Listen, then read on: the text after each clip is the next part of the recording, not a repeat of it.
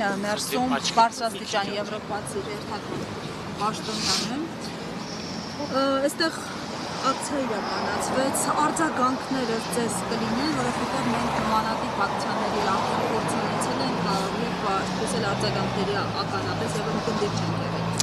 Տեսեք, շատ տարօրինակ կլինի, եթե չիրականացվի ակցիա եւ շատ անբնական ու անհասկանալի կլինի, երբ մեր խորհրդարանական դիվանագիտության շրջանակներում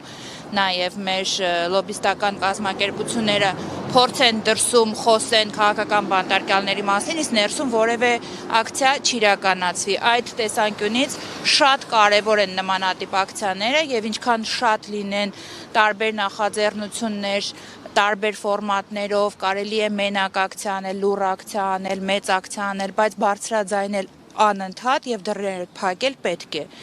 Ինչ վերաբերում է արդյունքներին, ցավոք արդեն 8-րդ տարին է լրանում, ինչ մենք տեսնում ենք, որ միջազգային կառույցները կարծես թե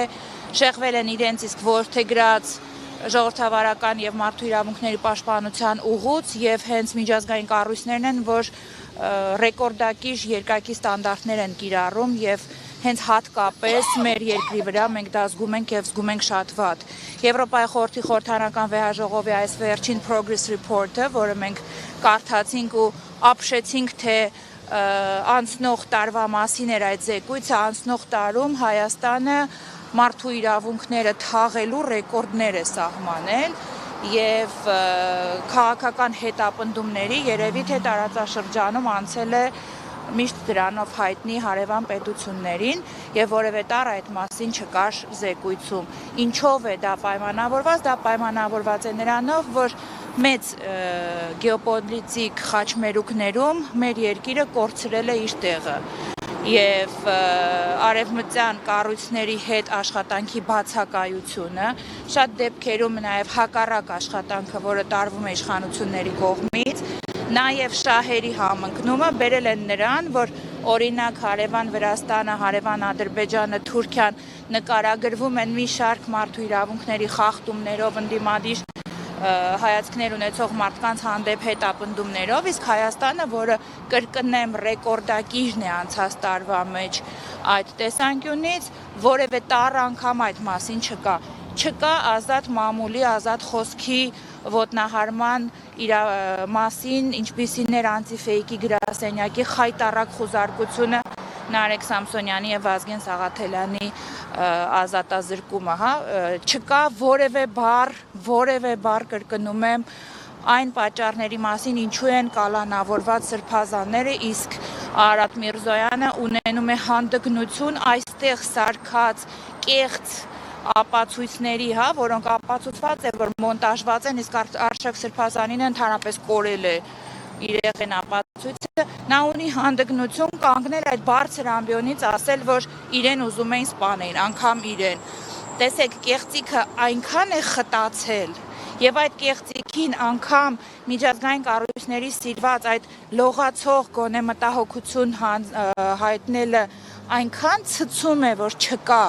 որ մենք այսօր գործ ունենք մի իշխանության հետ, որը վայելում է միջազգային կառույցների հովանավորությունը։ Թե ինչ պատճառներով է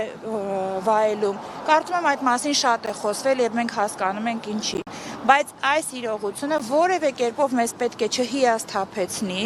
մենք պետք է շարունակենք պայքարել, մենք պետք է մեկ առիթով եմ ասեմ, պաշտպանենք եվրոպական արժեքները եվրոպական կառույցներից։ Մարդու իրավունքների հանձնակատարը, որը այստեղ է գտնվում, պետք է պարտադիր տեղեկացած լինի, որ 15 օր հացադուլի մեջ գտնված Նարեկ Սամսոնյանի մոտ լուրջ առողջական խնդիրներ են ի հայտ եկել,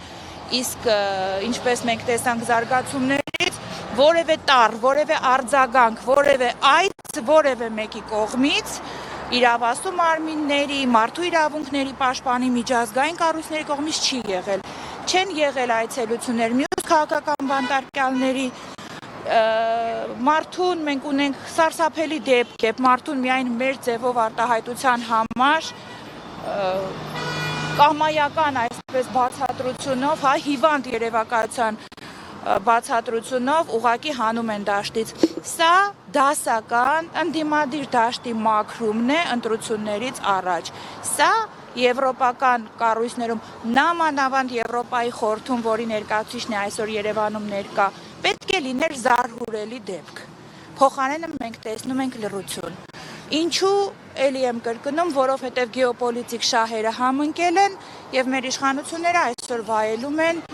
միջազգային կառույցների ցցուն հովանավորությունը։ Շնորհակալություն։